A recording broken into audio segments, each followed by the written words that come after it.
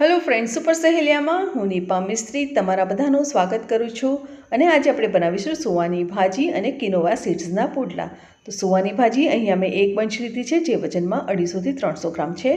અને કિનોવાના સીડ્સ લીધા છે, જે 1 કપ છે. હવે આ કિનોવાના સીડ્સને આપણે થોડા ગુલાબી શેકી લઈશું અને ત્યારબાદ એને આપણે મિક્સીમાં પાવડર બનાવી લઈશું.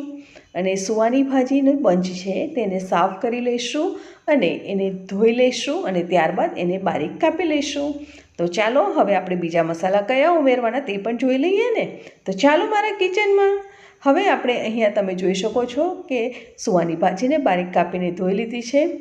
સાથે સાથે આપણે કિનોવાના સીડ્સનો પણ પાવડર બનાવીને શેકીને પાવડર બનાવી લીધો છે.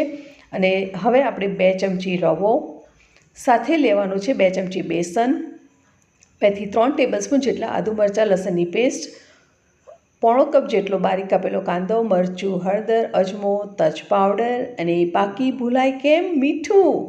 સ્વાદ પ્રમાણે મીઠું તો આપણે ઉમેરવાનું જ રહ્યું ને. તો ચાલો હવે આપણે બધા મસાલા અને લોટ ભાજી બધું સાથે મિક્સ કરી લઈએ.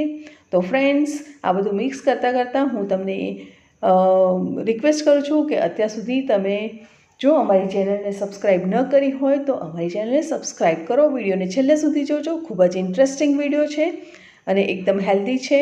અને આ વિડીયો જો તમને ગમે તો તમારા ફ્રેન્ડ્સ અને ફેમિલીમાં જરૂરથી શેર કરજો. અને અમારી ચેનલને જરૂરથી સબસ્ક્રાઈબ કરજો. બધા મસાલા આપણે મિક્સ કરી દીધા છે અને સાથે મીઠું પણ ઉમેરી લીધું છે. અને હવે આપણે એની અંદર થોડું પાણી રેડી અને એને પેસ્ટ બનાવી લઈશું.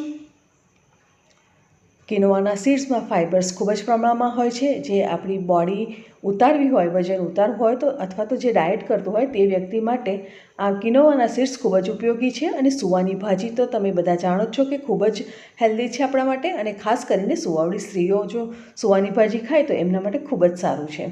તો આપણે આ રીતે થોડું પાણી રેડી, લગભગ 1 કપ જેટલું પાણી રેડ્યું છે અને આ રીતે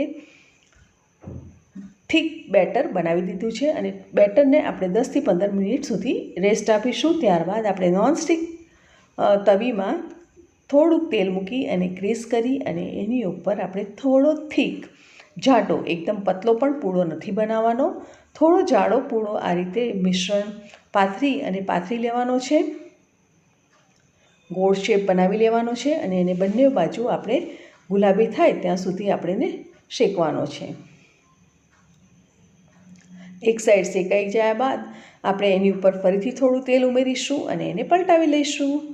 ફ્લિપ કરવામાં તમે જોઈ શકો છો સરસ મજાનો ગુલાબી કલર પકડાઈ ગયો છે અને એકદમ સરસ પુડલો બનીને તૈયાર થઈ જશે.